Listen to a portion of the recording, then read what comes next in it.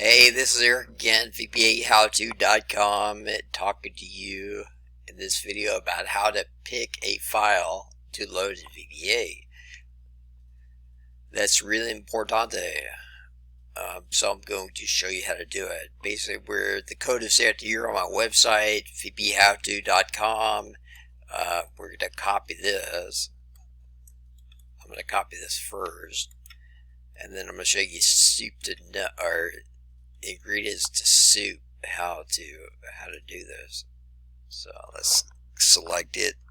I'm copying it. Control C. I'm going to Excel right now. I have a blank sheet. You can do this in Access too.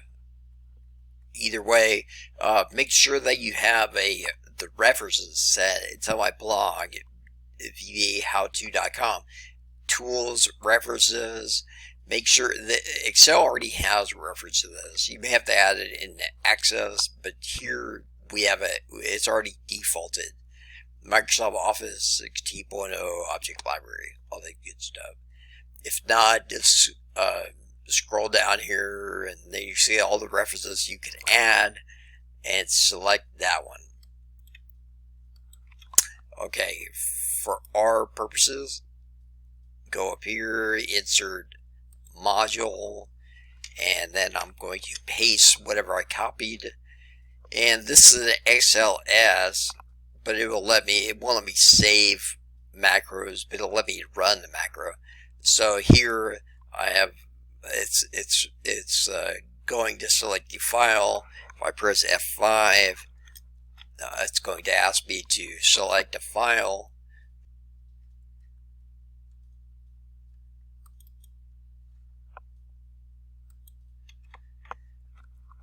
So what do you need to know from this? We start with select file, and we're going to store it in this variable called str file name. The file, we have get file. That's the function that we're calling, and the function is returning a string variable. So a function always returns something. So we have get file, and then wherever we start at, which is going to be our root directory, you can add that as an argument if you want. And what the title of the box is going to be is select your import file. And after it does that, after it returns the value to your file name, we're going to show that in a message box. Down here we have our function. If you don't know where this is, if you have stored in separate areas, you could always right click and choose definition. It'll go right to the function. So get file has two different arguments, started here in title bar. And if I go to next, of course we go into vertical pattern.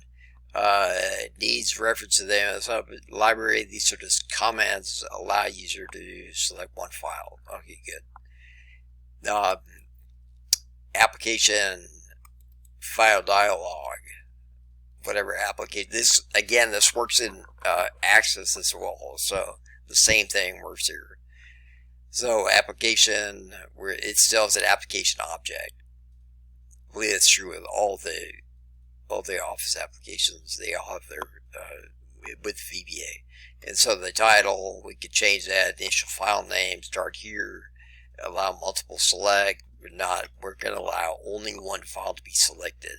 You know those things that you hold down your control key and you can select various files, or you can hold down your shift key and select the multiple files. Well, we're not allowing that. We just want to select one file. And here we're saying, okay, we're going to show the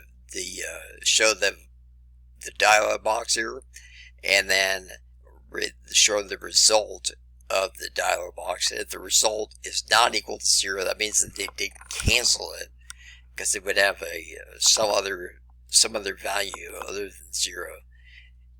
And if the value is other than 0, we're going to store the value in here, store the path, and select the item, because that's the first select item. And the get file is, we're going to store that in a variable. The function is going to be equal to whatever file was selected, and then we're showing the file back up here at the top. Mrs. Box is your file name. So hopefully that was helpful. Leave your comments below in the comments section, and again, like and subscribe. I know I didn't say it the first time. Like and subscribe if you got value from this, and do all that cool stuff that everybody else says on their videos and when you're watching YouTube. And leave your comments and if you have questions and comments in the box below. And thanks, and have a great rest of your day. Bye.